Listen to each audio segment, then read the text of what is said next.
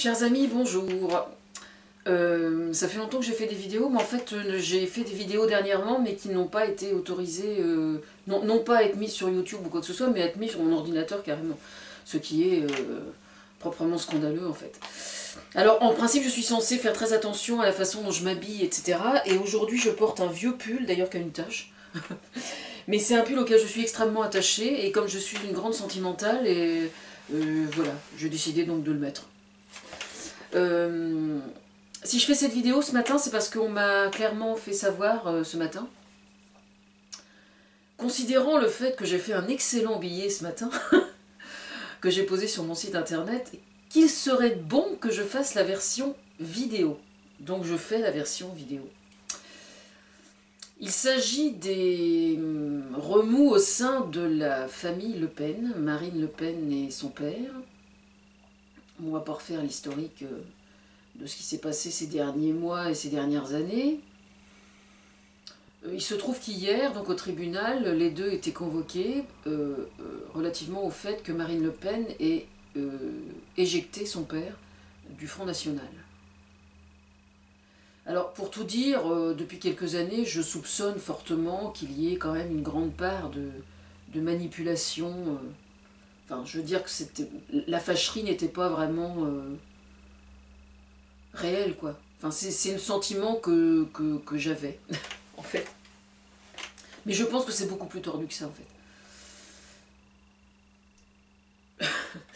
Et oui, c'est comme ça. C'est un père qui élève ses enfants dans le seul et unique but de les voir prendre sa suite à lui et qui ne supporte pas que la fille aille dans une autre direction. C'est quelque chose que je connais très bien, hélas. Mon père n'est plus là pour en discuter, mais je connais très bien. Voilà. Alors, le problème est le suivant, en fait. Aux dernières présidentielles, Marine Le Pen avait eu des difficultés pour financer sa campagne présidentielle. Alors, sur ce point, Dieu sait que s'il y a quelqu'un sur le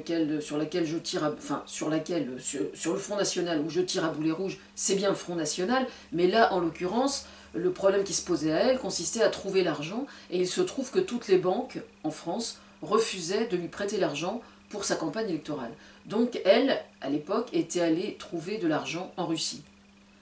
Bon, elle a effectivement une admiration sans borne pour Vladimir Poutine, ce qui est relativement cohérent parce qu'un parti d'extrême droite, par définition, c'est antidémocratique. Donc, étant donné que Vladimir Poutine, la Russie, c'est ce qu'on appelle une démocrature, c'est-à-dire une démocratie, une dictature maquillée en démocratie. La preuve, c'est qu'il ne s'est pas vanté de son score aux élections qui ont eu lieu il y a quelques semaines, parce que le taux d'abstention a été tellement énorme qu'en fait, il a été complètement discrédité. Enfin, les gens refusent d'aller voter parce qu'ils savent que c'est joué d'avance, quoi. Donc, c'est vous dire la hauteur de la démocratie en Russie. Et donc Marine Le Pen et Donald Trump et la droite européenne, l'extrême droite européenne, sont en pamoison devant Vladimir Poutine. Alors le titre de mon billet ce matin, c'est « Le boucher de Moscou ». Le boucher de Moscou, en référence au boucher de Damas, bien évidemment. En fait, l'idée m'est venue hier parce qu'il se trouve qu'il y a un journaliste qui a titré son article en disant que Vladimir Poutine était en train d'exterminer le peuple syrien, tout simplement, quoi. Alep, on tire à boulet rouge, ce sont quand même bien ces avions, jusqu'à preuve du contraire, qui sont là-bas pour l'instant.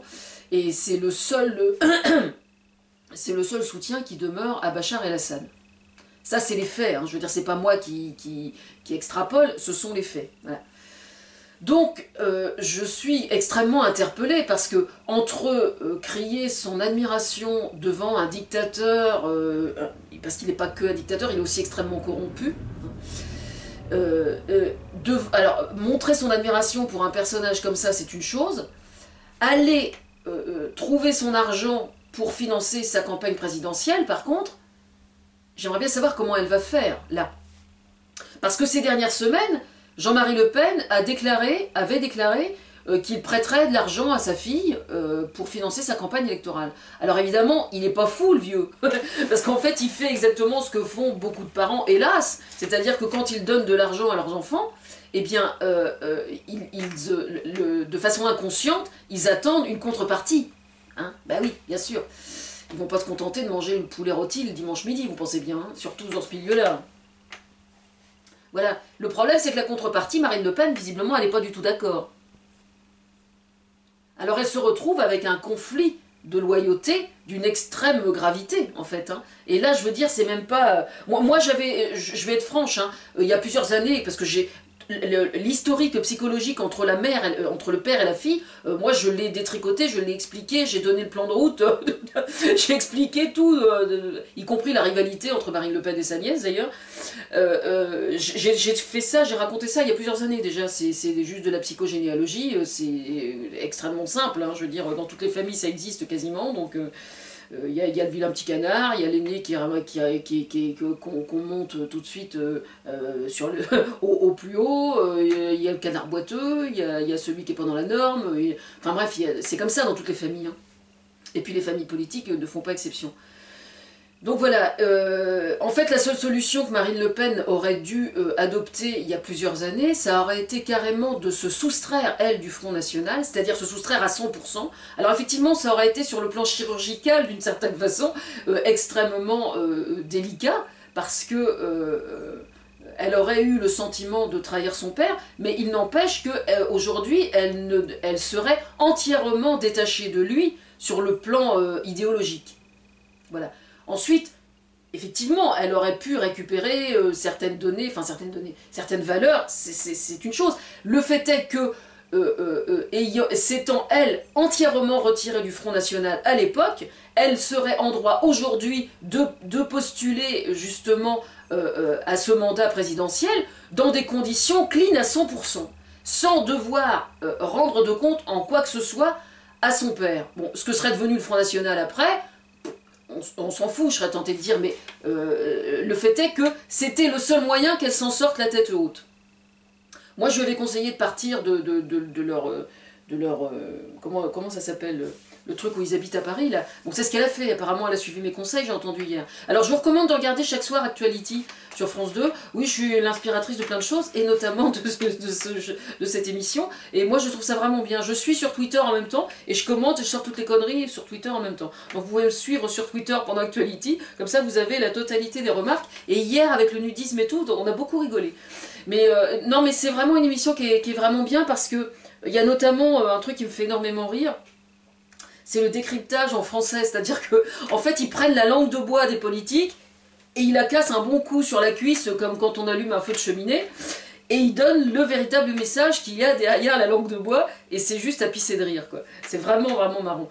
Et ce qui est très marrant aussi, c'est la pendule au début, parce que c'est vrai que les nouvelles tombent à longueur avec Internet, on a les nouvelles à la minute près, quoi. Et donc, il faut voir la chronologie des nouvelles depuis le matin, et c'est assez croustillant, je dois dire. C'est une bonne idée aussi, ça. Enfin bref, donc moi, ça me donne une bouffée d'oxygène absolument incroyable tous les soirs. Et il faut que j'aille voir d'ailleurs le petit journal aussi, parce que c'est un peu dans le même état d'esprit en fait. Et, mais je suis pas allée voir Yann Barthès, j'ai pas trouvé le temps encore, mais je vais le faire. Mais oui, Yann Barthès que Marine Le Pen déteste. Hein. À mon avis, elle va pas tarder à tailler à cause Actuality, hein, de toute façon. Ah, mais il faut savoir ce qu'on veut dans la vie. Hein. Bon. Mais non, mais Actuality c'est vraiment bien, parce que ça n'est pas parce qu'on rit des politiques que systématiquement tout est négatif, c'est-à-dire qu'il y a une véritable analyse derrière et surtout un approfondissement du problème. Et ça, je trouve ça vraiment très très bien, quoi. Voilà. Et voilà, c'est tout ce que j'ai à dire. Alors oui, le boucher de Moscou, bah oui, hein, les amis de mes amis sont mes amis. Je veux dire, c'est la dernière personne qui soutient Bachar al-Assad aujourd'hui. En fait, c'est Bachar al-Assad qui extermine carrément son peuple par l'intermédiaire de Vladimir Poutine. On peut dire ça comme ça, quoi. Alors la question est la suivante. Comment Marine Le Pen va-t-elle financer sa campagne présidentielle aujourd'hui, si l'on considère que la dernière fois, elle est quand même allée chercher son pognon chez le mec qui aujourd'hui est le boucher de Moscou, quoi. Alors, voilà. C'est une question. Je ne vous remercie pas de me l'avoir posée, puisque je me la suis posée moi-même, parce que oui, je fais les questions et je fais les réponses en même temps. Voilà, mais c'est une bonne... je trouve que ce matin, c'est du bien consistant. Hein. Je suis très fière de moi, je suis toujours très productive très tôt le matin, de toute façon. Hein. Voilà, c'est tout ce que j'ai à dire pour aujourd'hui.